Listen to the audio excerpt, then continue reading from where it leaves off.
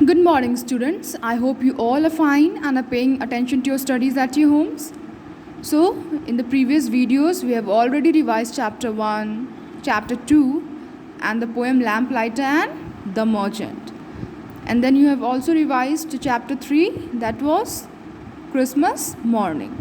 So, today we will be revising, we will be again seeing what we have learned, what we have read in chapter 5, that is learning to fly from Peter and Wendy. Okay, so you all have already been taught this. आप सबको पहले ही ये पढ़ा दिया जा चुका है. You all have got question answers also related to this. And then you got reference to then you have also got word meanings, sentences, everything has been given, right?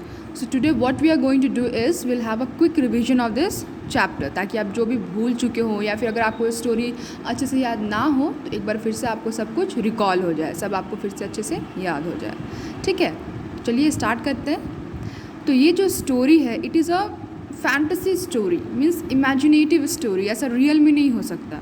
Okay, it's a imaginative story just for the fun of reading. बस आपको पढ़ के अच्छा लगे, आप कुछ देर के लिए किसी दूसरे दुनिया में चल जाएँ. So it's for that purpose, as it's not a real story, it's an imaginative story. So let's start.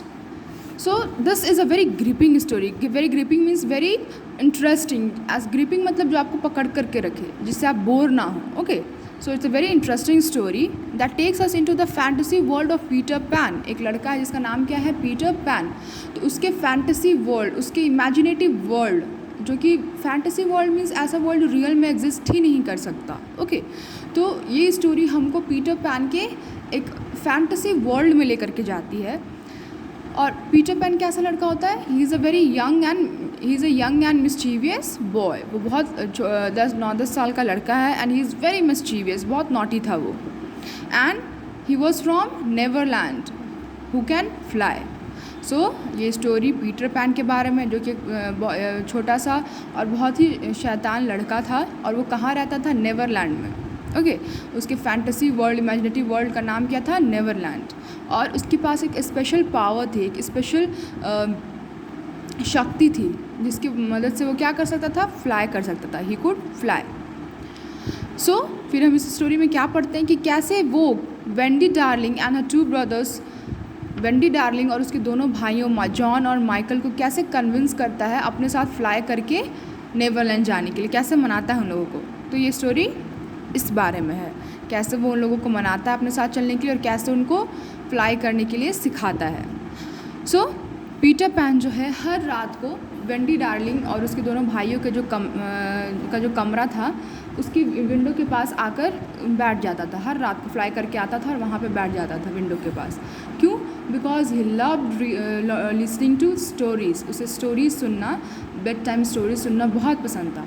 जब भी वेंडी और उनके भाइयों को उनकी मम्मी रात को सोने से पहले स्टोरीज सुनाने आती थी तो वो चुपके से आकर विंडो के पास बैठ जाता और उसकी मदर जो भी उन लोगों को स्टोरी सुनाती वो सुनता था. He loved listening to bed time stories.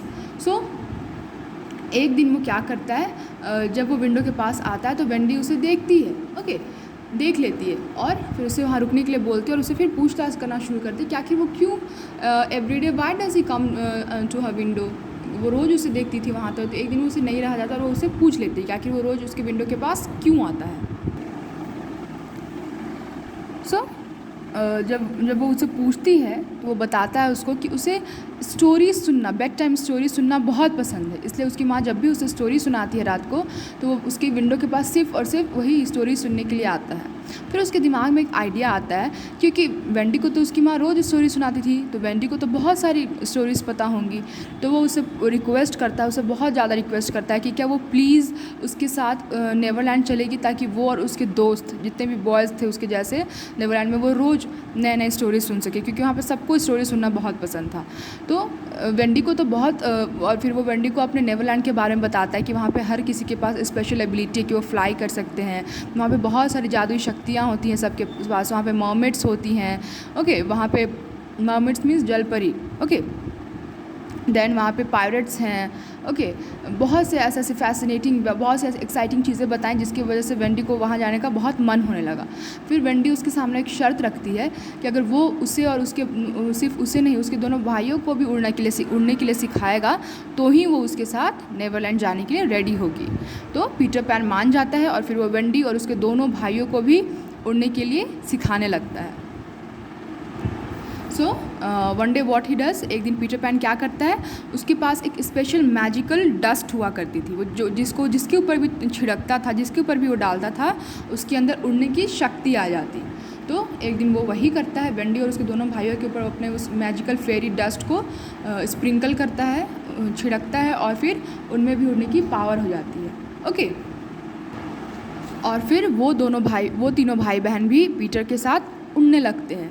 और इससे पहले कि वेंडी और जॉन और माइकल की माँ और बाप उन लोगों को उसके साथ जाता देख ले, पीटर पैन जल्दी से उन लोगों को लेकर के स्काई की तरफ निकल जाता है and they fly high in the sky to reach Neverland. This was the story. I hope आप सबको अब सब कुछ रिकॉल हो गया होगा, जो भी भूले होंगे फिर से याद आ गया होगा।